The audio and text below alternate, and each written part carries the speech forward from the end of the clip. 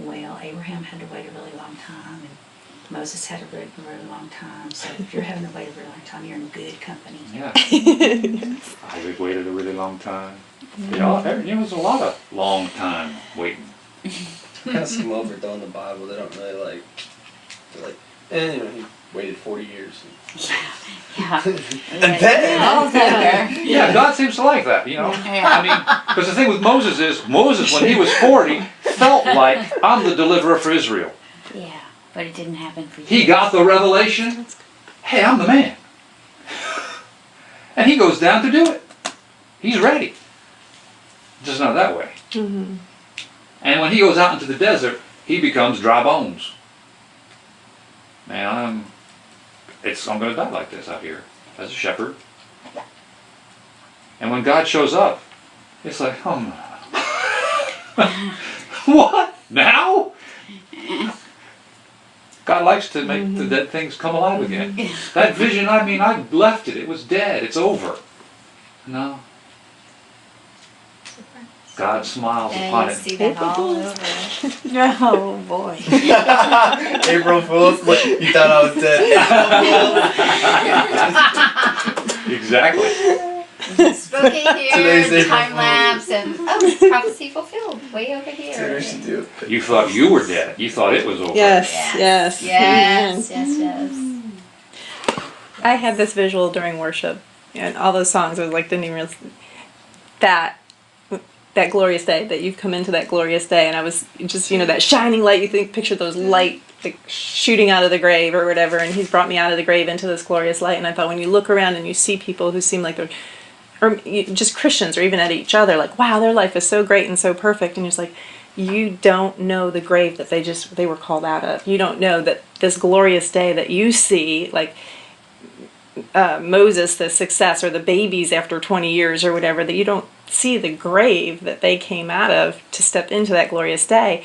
And the people in the world don't know the grave that you stepped out of. They're just seeing this, and I can't reach that. And you can turn around and say, God's calling you out of this grave, and you too can have this. And then the thing is, as a Christian, it's not like every day's a glorious day. We have graves constantly that he's calling us out of. Arise and shine. Yeah. And it was just like, But you have to hear the voice. yeah. Until that That's voice my name. comes, Yes. it lies there dormant. You can't work it up. Yeah. Yeah. And Yeah. be the voice You for can't- someone you can't else. pretend. Yes. It has to come from him. Yes. Yeah. Yes. And when it does, then come the miracles. Then comes the supernatural. Because that's the beginning of the supernatural. Hearing his voice. And so there's a striving now in the real person, the real Christian, that's not striving to make it happen. That's the Pharisee. He's always striving to make it happen. Confess, confess, confess. In our modern version of it. He's striving now, like the Bible says, he's striving to enter in. He's striving to come close to God. Why? Because I want to hear his voice. I'm quoting Hebrews 4. In our story from Luke 15, it was the decision that was being made here. The striving was, okay, I'm going to get up from this pigsty and I'm going to go home. I'm going to come to Jesus. So we could say, Is it a real bird? It's me. I was like, is that someone's phone? That was beautiful. I guess. It's weird. okay, number 3 there. You got to come. You got to come to Jesus. Come to me. Come to me. Come to the altar. Come to the place. Come where you can give what your problems are to me, and I can give you my word, my solutions, my thoughts on the matter. That's the exchange. But until you're close to him, and that presence comes into you, you haven't come. You're just not there. And what's the best thing to do? Admit it. God, I'm nothing. I'm barren, like Hannah. I want children. I want fruit. got nothing. And see, the thing about it is, a true Christian person, a person who's come alive, has the ability to do that. A Pharisee can't do that because a Pharisee can't admit weakness. A Pharisee can't admit they're nothing. They don't have that kind of humility. They have to boost themselves up with all this works that they're doing.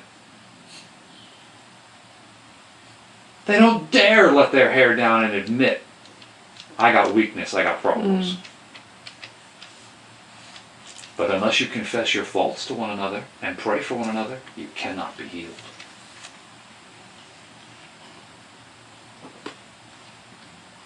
I just quoted James 5, by the way. There's always a corollary to all these scriptures. Confess your faults, right? Pray for one another. Don't confess, don't pray, don't be healed. Paul says, now I exult in my weakness. That's what I get proud about. I boast about my weakness now. Before, I boasted about how I'm a Pharisee of Pharisees. I'm a Hebrew of Hebrews. I got the best teachers. I had all this. Everything I gloried in before, I think nothing of now. So that I might gain the real. And find that it's His life, that I might attain to the resurrection from the grave. You see? You see? It's the real. I've come into. That's what I want. So now rather I boast in my weaknesses, because when I'm weak, then He is strong. I find a supernatural life, not just what I can do. And Paul could do a lot. I mean, I make her quote Bible verses inside now. But he stood by while Stephen was killed. So he doesn't really know God. All that, and still not know God. We're talking about knowing Him, coming alive.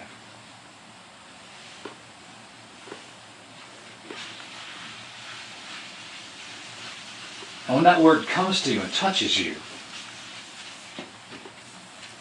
there's always distinctive marks. When that revelation comes and your heart opens and it's mixed with faith, because faith comes by hearing, right? Hearing the word. When you hear the word from the Lord and faith arises, faith arises from the life. Faith is supernatural. Faith is of the Spirit.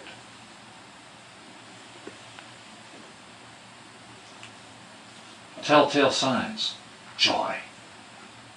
There's an immediate lift in your spirit. And that's it can almost see the breath, right? Miss Joan was so aware of it, she was always saying, take a breath. Did you ever remember that? Because she picked up on the physical manifestation of having the life come into you. And because what happens when the fear comes, takes that breath away. Hold that breath. And so she was trying to encourage you, let it go, let it go. Because there's another aspect of it, it's peace. Also, the big time word in Hebrews was rest. Enter my rest. Peace comes. Because you're no longer striving. It's not my work anymore. I've given it to God. I can't make these bones live. I mean, how crazy is that? What am I going to do? Stack them on top of one another, Get some electricity together like Ben Franklin. I'm going to try to, put some... Make my Frankenstein monster,